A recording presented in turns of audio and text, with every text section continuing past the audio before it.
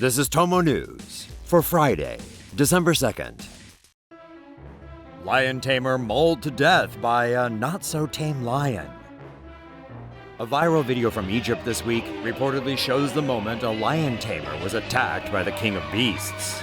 The incident went down at a circus in Alexandria. Islam Shaheen was using a stick to command one lion to move forward while another was climbing a ladder. The performance was seemingly going as planned until a third lion pounced on him from behind. And that's when the circus performance suddenly turned from entertaining to horrifying.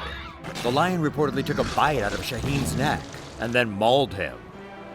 Other tamers tried to help by poking the 200-kilogram cat with sticks. Wouldn't that just make it matter?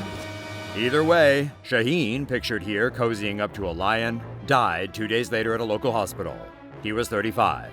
A spokesman said it was mating season, therefore the lion was acting erratically. But some reports speculated the lion, a new addition to the circus from South Africa, was hungry or shocked by the circus music. Now, is it just us, or is that music taken from Mortal Kombat? Woman in epic Michael's rant had similar tantrum at Chicago coffee shop. After her epic meltdown at a Michael's craft store in Chicago, netizens tracked down the crazy lady, identifying her as Jennifer Boyle. Her tirade at Michael's came off as racist when she insulted 2 black employees. But it seems Boyle is an equal opportunity harasser who just really enjoys railing against service staff. Last July, she was caught on video in a similar manner, blowing up at a Pete's Coffee and Tea in Boys Town after the white floor manager called her a bitch for haranguing his employee. In retaliation, Boyle screamed at him from across the room, like an animal, that he's literally the bitch. Oh, the irony. After claiming the barista going all up in her face made her fear for her life, she threatened to call the cops and corporate, even boasting about her $90,000 a year job, before finally walking out. Boyle worked in HR for the Sinai Health System, but was fired from her cushy job in September. Probably explains why she went batshit over the $1 Michael's bag. Boyle is no stranger to the law either, having been charged with trespassing after she refused to leave a hotel back in 2013. The police probably know her pretty damn well already, considering her track record for calling the cops willy-nilly. And now that her antics have gone viral, you can bet people will just be waiting for a shit show to go down in every store she shops in. She's currently busy deleting herself from the internet though, so who knows when the next chapter of the Jennifer Boyle screaming saga will arrive in stores. Video of 3-foot Anaconda burrito goes viral. A restaurant in Fresno, California is serving a gigantic burrito that's become the latest food porn sensation. It all started last month when Takira Yarelas uploaded a video showing the construction of its Anaconda burrito to Facebook. Since then, the video has been viewed more than 17 million times. Now, the restaurant is serving as many as 30 anacondas an hour, with people visiting from as far away as San Diego to get a taste. Of course, this being the internet, nitpickers noted that the burrito's middle tortilla wasn't laid out flat in the video before beans were spread on it. But the Anaconda burrito doesn't care about your OCD. According to the video, Anaconda burrito is 3 feet long and made with 5 tortillas, refried beans, yum, meat, cheese, and more fillings. The chef then puts the whole thing on a flat grill until the tortilla turns crisp, and voila, there you have it.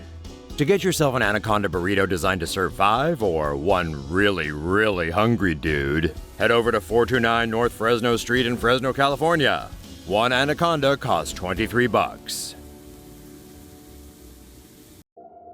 Rancher permitted to kill mountain lion after it takes out 11 alpacas and a goat. A California rancher has been granted a permit to shoot a mountain lion, believed to be the predator that killed dozens of farm animals last weekend in the mountains above Malibu. The mountain lion in question is a male named P45 by staff at the Santa Monica Mountains National Recreation Area. He is the largest to be tracked in the area since 2002. The first attack was a virtual rampage that left 10 alpacas dead at a ranch near Mulholland Highway at Decker Canyon Road on Saturday. The second incident happened on Sunday night at a nearby petting zoo, where an alpaca and a goat were killed.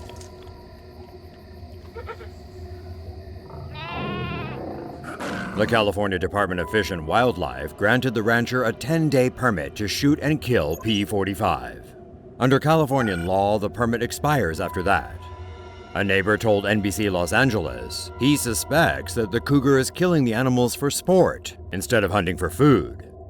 However, following an outcry that was raised after news of the permit was published, rancher Victoria Von Perling says she now wants to help capture and relocate P45, not kill him. Officials at the Santa Monica Mountains National Recreation Area said eliminating P45 does not solve the problem. They urged local residents to lion-proof their enclosures to prevent further attacks. Santa Claus hit with classroom ban. A bunch of old scrooges running an Oregon school district served up a warm helping of humbug pie this week when they banned Santa from school. According to a leaked memo, staff working in the Hillsborough School District were warned not to display religious-themed decorations during the holiday season, including images like Santa Claus. The Santa ban was met with an outcry by teachers and parents, and we guess there were a lot of upset kids too. The story reminds us of one TomoNews covered last year, when Public School 169 in Brooklyn banned all mention of Santa and replaced Christmas with winter celebrations.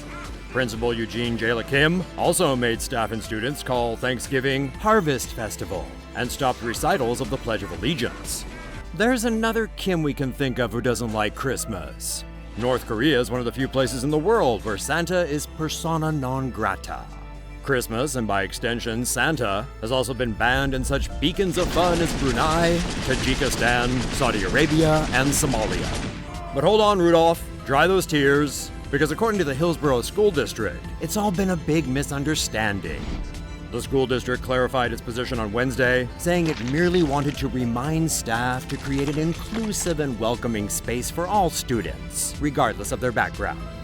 The school district said that due to religious or cultural reasons, some students don't feel comfortable with imagery that is a direct affront to them. But with no official policy or directive in place on the issue, Santa is still welcome in Hillsborough schools.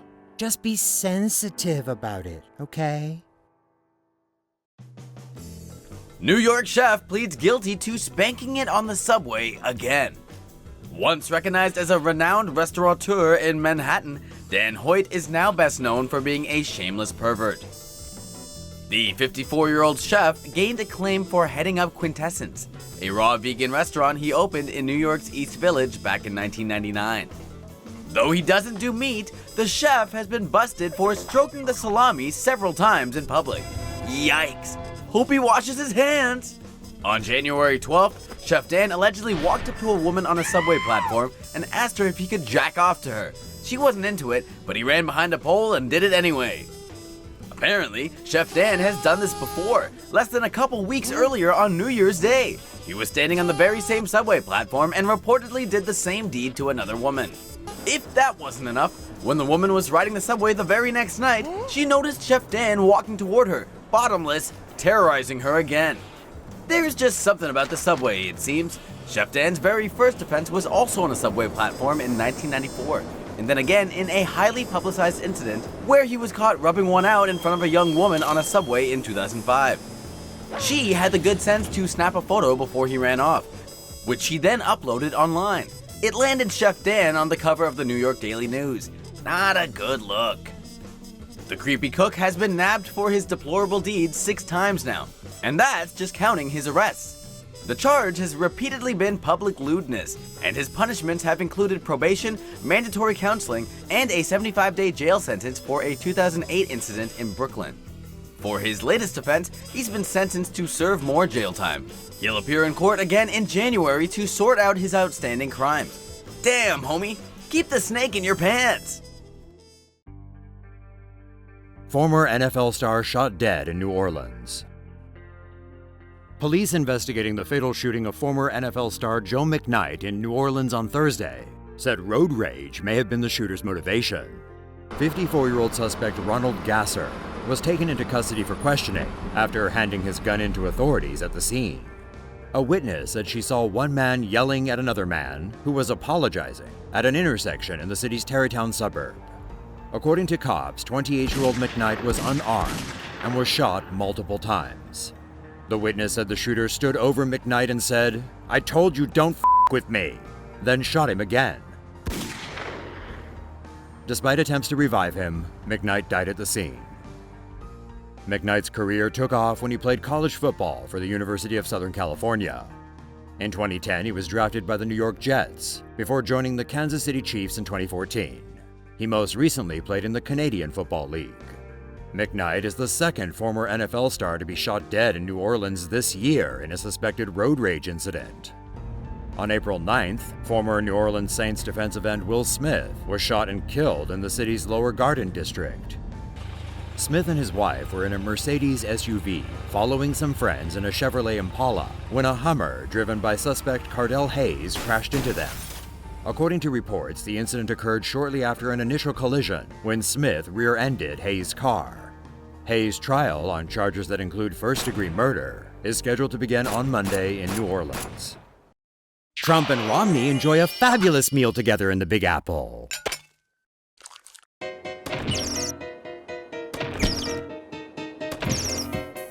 Donald Trump and Mitt Romney haven't always seen eye to eye, but now it looks like they're trying to play nice.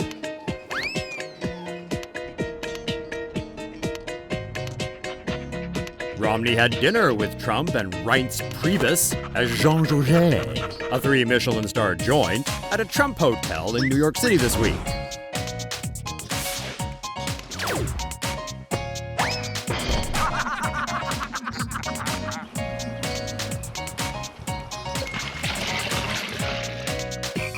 The trio dined on good old American food, with appetizers of garlic soup and sautéed frog legs, and diverse scallops with caramelized cauliflower and caper raisin emulsion. For the main course, Trump and Priebus had steak, while Romney went with the crow.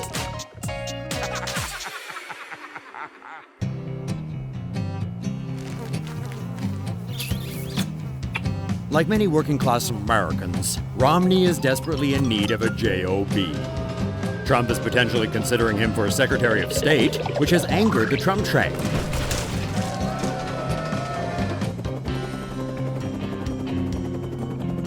Trump has kept Romney in contention, with Priebus pushing for him behind the scenes.